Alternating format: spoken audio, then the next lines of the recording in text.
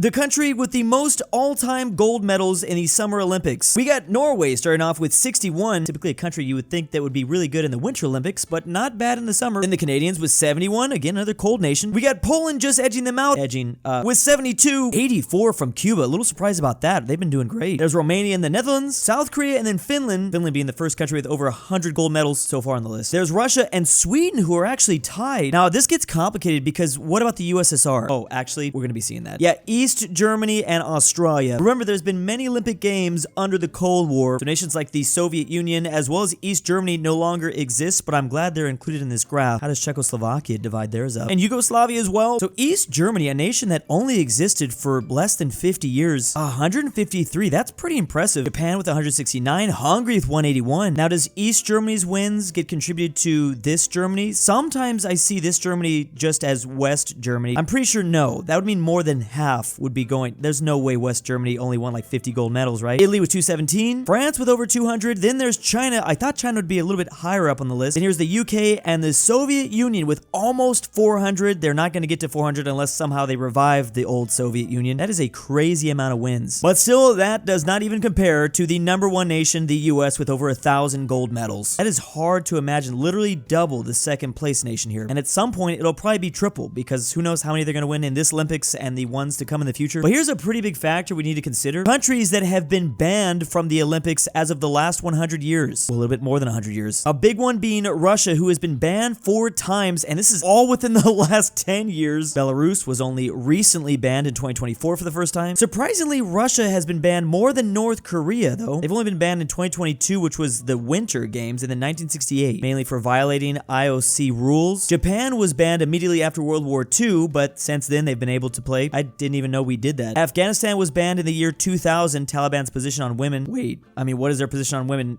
now? I mean, has it changed that? I mean, we only banned them once. Turkey was banned back in 1920, immediately after World War I, again for war aggression, so that probably was because of the Great War. Bulgaria also banned in 1920. Germany is definitely a nation that you could say was punished for war aggression. Germany immediately after World War II, and Germany immediately after World War I. I don't know why it's funny to me. I mean, I should have expected this. Austria also immediately after World War I. That was when they were still Austria-Hungary. Oh, does Hungary count with that? Yeah, 1920 also war of aggression. I think that's the same thing, for the same basic reason. There's Kuwait that was banned in 2016 for violating the rules. It's funny how much history goes into the Olympic Games. I mean, that shouldn't be surprising. Obviously, that's the case. There was that whole time the No-No Germans hosted the Olympic Games in Berlin when this dude was like literally all cracked out in the stands for whatever reason. Actually, I can make a guess why, but the nation of Zimbabwe was banned in 1972 for a political stance, racial segregation policies, but no one has been banned more than South Africa. 8 times, 1992, 1988, 1984, 1980. Well, luckily it hasn't been anytime soon. With the way Russia's going, they're looking to beat South Africa's record for being banned at the Olympics. They basically didn't play for like 2 decades in a row. So 13 countries in total have been banned so far. Keyword so far. Who else is going to join the list? Olympic dominance, or percentage of all medals claimed by the most dominant country in every Olympic sport. We got a pretty nice time range here. Now, this is including all medals, not just gold. So completely unsurprisingly, we have soccer being dominated by the Brazilians. They've got 9% of the total medals. Then there's weightlifting for China, handball for France, wrestling for the USA. Wow, I thought that'd be the Soviets. The Soviets have gymnastics, 12%. There's boxing for the US and sailing for the UK. Some of these sports I didn't even realize were Olympic Games. Sailing? I didn't really. Rowing for the US. Then we have taekwondo for South Korea. I mean, you better be winning that. It literally originated from Korea. I don't know how impressive of a fact that is now that I know that, but volleyball being dominated by the Soviets. This is my favorite game to watch. 14%. I wouldn't expect it to be the Soviets. Canoeing for the Germans, cycling for the UK, what's this again? Equestrian. Oh, wow. I had no idea that's what that was. Wow, I probably should have. Okay, insert memes here. You know what's crazy? We didn't actually win this year in 2024. The memes have been going crazy. Judo for Japan, field hockey the Netherlands, water polo for Hungary, tennis the UK, modern penthal. What? Hungary?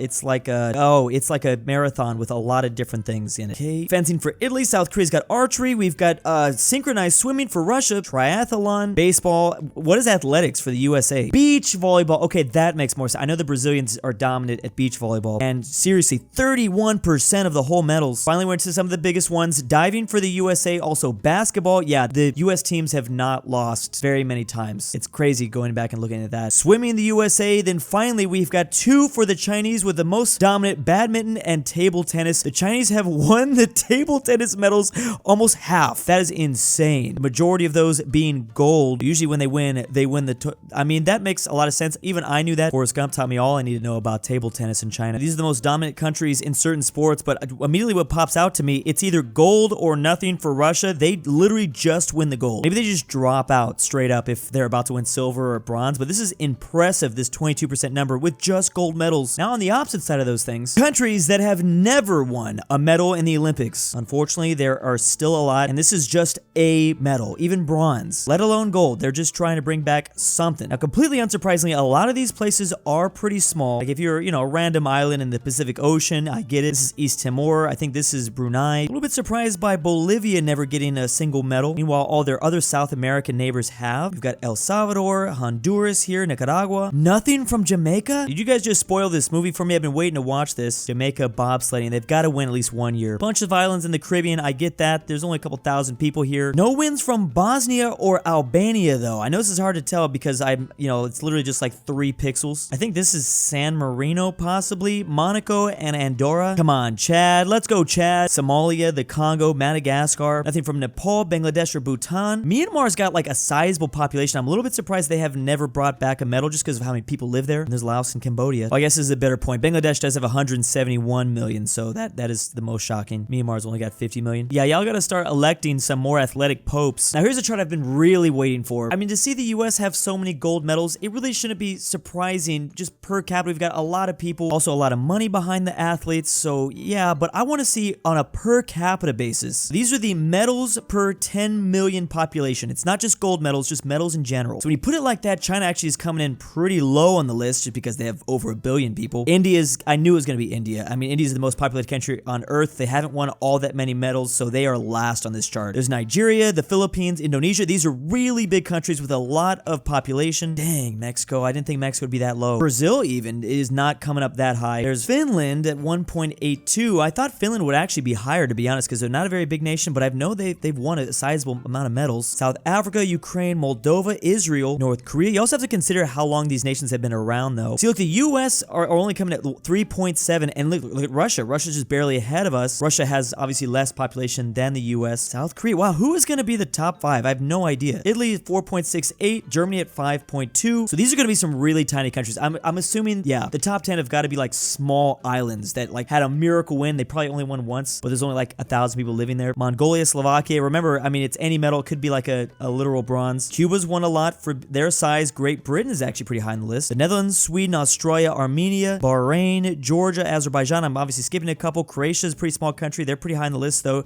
Denmark. Oh, Jamaica is here. Man, look at Jamaica go. Wait, was that other list wrong? The third nation is New Zealand, 39.75. Then it's second, Bahamas and Grenada. Wow. Wait, okay, so how many medals did Grenada win? This small island in the Caribbean has only about 100,000 people living on it, and they've won a total of 3 medals. Look at that. Gold, silver, and bronze. Wow. What was that in? Is it all just one dude? Whoa. Yeah, this guy in the men's 400. Wow, this guy just must be insanely fast. Everything on this chart gets thrown off if the Vatican just wins 1 medal, though. Summer Olympics then versus now, how the games have changed. First, starting with the amount of events. Starting in the first Summer Olympics in 1896, there were 43. Now, yeah, that's what I figured. It's been inflating more and more. There's 329, and it's probably only going to get bigger. This is just going to continue to multiply. Here's number of athletes. In 1896, it was 241. 65% of those were Greek back in those days. Now there are over 10,000 athletes. The nations participating in the very first one, there was 14. I guess I shouldn't say the very first one. So there were only 14 countries participating in the very first one. Now, I believe there's over 200. Yep, 206, which is crazy because doesn't the UN only recognize 197 countries in the world? Even less, 193, or at least member states. People in attendance. Now, this is impressive. For 1896, there were over 80,000 people there watching. That's like before planes. Now, there's over 300,000. The duration in 1986, it was 9 days. This time, it's going to take 16 days. Finally, the cost, it was roughly about $500,000 US back at the time. Now, yeah, it's $9.5 billion. So, fair to say, things have changed a bit. The Olympic costs, or cost of hosting the Olympics, because some cities were literally left in financial ruin. I was literally just watching a video about this. A lot of cities around the world don't even want to host the Olympics. In 1996, we had the Atlanta Olympics in Georgia, which they did that for relatively cheap compared to everyone else on this list. The 2000 Sydney, Australia Olympics for 8.1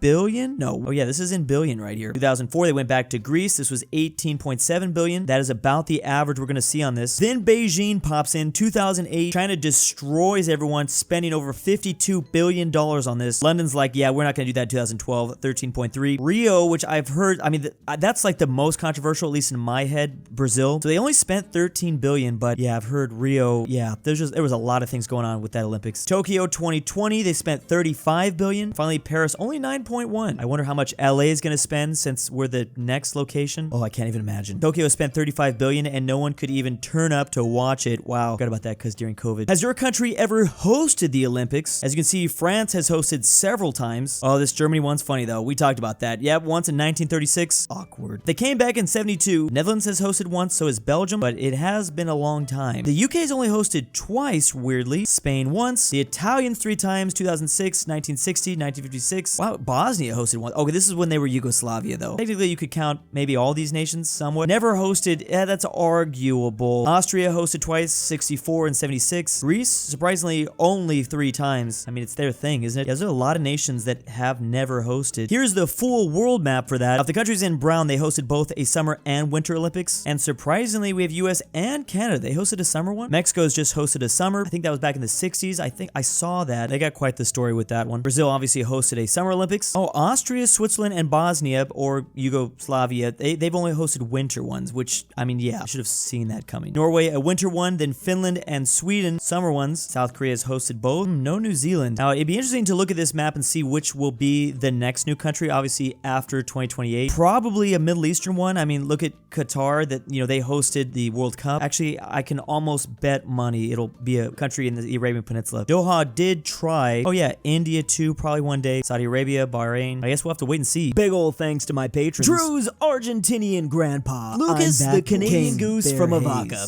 Drew har förvisats från Sverige för brottet att vara dans. Amateur Archaeology. Sarsath. Carmel S. DaBeautiful-MEGAN-Underwood. Fredrik Tibblin. Your dad back with the milk. Look out, Wizards, King. Sebby, if you hear this, Tambre.